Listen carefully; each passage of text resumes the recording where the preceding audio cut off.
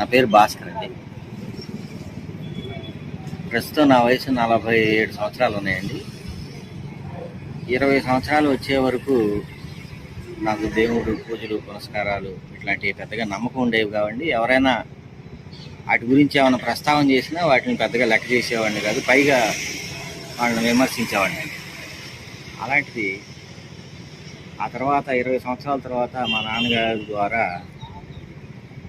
ఈ ఆధ్యాత్మిక సంబంధమైనటువంటి గ్రంథాలు చదవటం, పుస్తకాలు, అసలు దేవుడు ఏంటి, అసలు దైవం ఏంటి, అసలు తత్వం ఏంటి అనే విషయాన్ని మా నాన్నగారు ద్వారా కొంతకాలం తెలుసుకోవటం జరిగింది. ఆ తర్వాత నేను కూడా ఆ పుస్తకాలని చదవటం, కొన్ని శాస్త్రాలు, పురాణాలు, ఈ వేదాలు, వీటికి సంబంధించి వాటిని వెతుకుతూ అసలు ఏమిటి తత్వం ఏంటి, దైవం ఏంటి, భక్తి ఏంటి, ఈ యోగం ఏంటి అనే విషయాల గురించి రీసెర్చ్ చేసిన సమయంలో నాకు అసలు ఇదేంటో తెలుసుకోవాలి, అసలు ఈ శాస్త్రాల్లో, ఈ పుస్తకాల్లో వీటి గురించి ఎంత ఇదిగా వర్ణించారు, ఈ సాధనలు ఏమిటి, ఈ సాధన సంపత్తి ఏంటి, యోగ సిద్ధి ఏంటి, ఈ శక్తులు ఏంటి, ఈ చదవటంలో కొంత ఇంట్రెస్ట్ కలిగి అసలు ఇవన్నీ వాస్తవమేనా, అసలు వీటిని గురించి విచారించి స్వయంగా దీన్ని అనుభూతి చెంది వీటి సాధనలు చేసి వీటిని మన అనుభవంలోకి తెచ్చుకొని ఈ అనుభూతులను పొందటం ఎలాగా అని నేను ఎవరు దొరుకుతారు గురువు, దీనికి సంబంధించి ఎవరైనా ఉన్నారా, వీటిని ఈ సాధనలు చేయించి ఆ రకమైన సిద్ధుల్ని మనకి కలిగించే వాళ్ళు ఎవరైనా ఉంటారా అని నేను అన్వేషిస్తున్న సమయంలో మా స్నేహితుడు కడియం నాగవర ప్రసాద్ అని ఉండేవాడండి. మేము ఇద్దరం చిన్నప్పటి నుంచి స్నేహితులు. అతని ద్వారా తెనాలి రామకృష్ణ ప్రభుజీ గారు అనే గురువు గారు ఉన్నారు. ఎందుకంటే మేము చిన్నప్పటి నుంచి మేము ఒకళ్ళం మా అభిప్రాయాన్ని పంచుకుంటూ ఉండేవాళ్ళం అండి. కడియం నాగవర ప్రసాద్ అని ఆయన మా అభిప్రాయాలకు తగ్గట్టుగా ముందు గురువు గారిని ఆ అబ్బాయి కలవటం జరిగిందండి. ఆ తర్వాత అతను నాకు తారసపడి గారు మనం ఎప్పటి నుంచో మన ఆలోచనకు తగిన విధంగా గురువు గారిని అన్వేషిస్తున్నాం కదండి, అలాగా మనకు తగిన గురువు గారు ఇప్పుడు దొరికారండి, నేను మీకోసం ఎదురు చూస్తున్నానండి. తెనాలి రామకృష్ణ ప్రభుజీ అనే గురువు గారు ఉన్నారు. మనం ఎన్నాళ్ళు ఏవైతే శాస్త్రాల్లో చదువుకున్నామో, ఏటిని గురించి అయితే మాట్లాడుకున్నామో వాటికి సంబంధించిన సాధనా విధానాలన్నీ వారు నేర్పిస్తున్నారండి, మనం తప్పకుండా వారిని కలవాలి అని చెప్పడం జరిగింది. ఇంకా మేమిద్దరం కలిసి గురువు గారిని కలవటం, మా అభిప్రాయాన్ని గురువు గారికి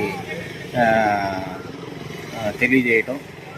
అప్పుడు గురువు గారు పర్లేదు మీరు క్లాస్లో జాయిన్ అవ్వండి అని అన్నారు. ఇంకా మేము క్లాస్లో జాయిన్ అవ్వడం జరిగింది. తర్వాత గురువు గారు 3 నెలలు దీక్ష అన్నారండి. ఇంకా దీక్షలో మేము దీక్ష ప్రారంభించి తర్వాత ఇంకా నేను చాలా ఆశ్చర్యపోయానండి. ఎందుకనంటే ఇంకా పూర్వం మనం గ్రంథాల్లో, శాస్త్రాల్లో అనేకం చదివి హృదయ మదనం అనే ఒక పుస్తకం కూడా నేను చదవటం జరిగిందండి. అందులో ఆ స్వామీజీ గారు శక్తిపాత దీక్ష ద్వారా చైతన్య శక్తిని వాళ్ళకి రిలీజ్ చేయించటం, ఇవన్నీ వాళ్ళు ఆ చైతన్య శక్తే ఆ సాధన అంతా చేయిస్తూ వాళ్ళకి ఎలాగా ఆ శక్తి ఉపయోగపడి వాళ్ళని అలాగా ఆ సాధనలో ఉన్నతిని కలిగించి వాళ్ళ ఉన్నతి మార్గానికి ఎలాగ ప్రయాణింపజేసింది ఇవన్నీ చదివి ఉన్నామండి. ఈ చదివినవి ఆశ్చర్యకరంగా మేము ఆ దీక్షలో ఉన్నప్పుడు మా కళ్ళారా మేము చూడటం జరిగింది. గురువు గారి యొక్క శక్తిపాత దీక్ష ద్వారా ఎంతోమందికి మా కళ్ళ ముందే వారి దీక్ష ద్వారా మేము ఏవైతే పుస్తకాల్లో చదివామో ఇటువంటివి మేము చేస్తామా, ఇటువంటి మా జీవితంలో మేము అనుభవిస్తామా అని మేము కలలు కన్నవాళ్ళం. అలాంటి కళలు మేము స్వయంగా అనుభవించాము. గురువుగారి ఆశీర్వాదం వల్ల, ఆ గురు పరంపర ఆశీర్వాదం వల్ల మేము అనుభవించాము. ఆ అనుభూతిని ఇప్పటికీ చెందుతూ ఉన్నాము. ఇంకా ఆ టైంలో ఎంతోమంది వాళ్ళ దీక్ష ద్వారా గురువుగారు ఇచ్చిన ఆశీర్వాదం వల్ల, ఆ శక్తిపాత దీక్ష ద్వారా వాళ్ళకి చైతన్యం ఉద్దీపనం చెంది వారే సాధనలు చేయటం, ఆసనాలు వేయటం, ఆ, ఆ, అసలు చెప్పడానికి ఎట్లా చెప్పాలో కూడా అర్థం కాని పరిస్థితిగా ఉందండి. అవన్నీ మేము ఏవైతే గ్రంథాల్లో చదివి ఉన్నామో వాటన్నిటిని కూడా మేము కళ్ళారా చూడటం జరిగింది. కాబట్టి నేను ఇప్పుడు చెప్పబోయేది ఏంటంటేనండి, పుస్తకాల్లో శాస్త్రాల్లో చదివి తీరి అవగాహన చేసుకోవటం ఒక విధానం. రియల్గా ఏవైతే చదివామో ఆ సాధనలు రియల్గా చేసినప్పుడు ఆ అనుభూతులు, ఆ అనుభవాలు, అవి దానికి దీనికి చాలా తేడా ఉంటుంది. గురువులు మనం పుస్తకాల్లో చదివినంత తేలికగా ఉండదు.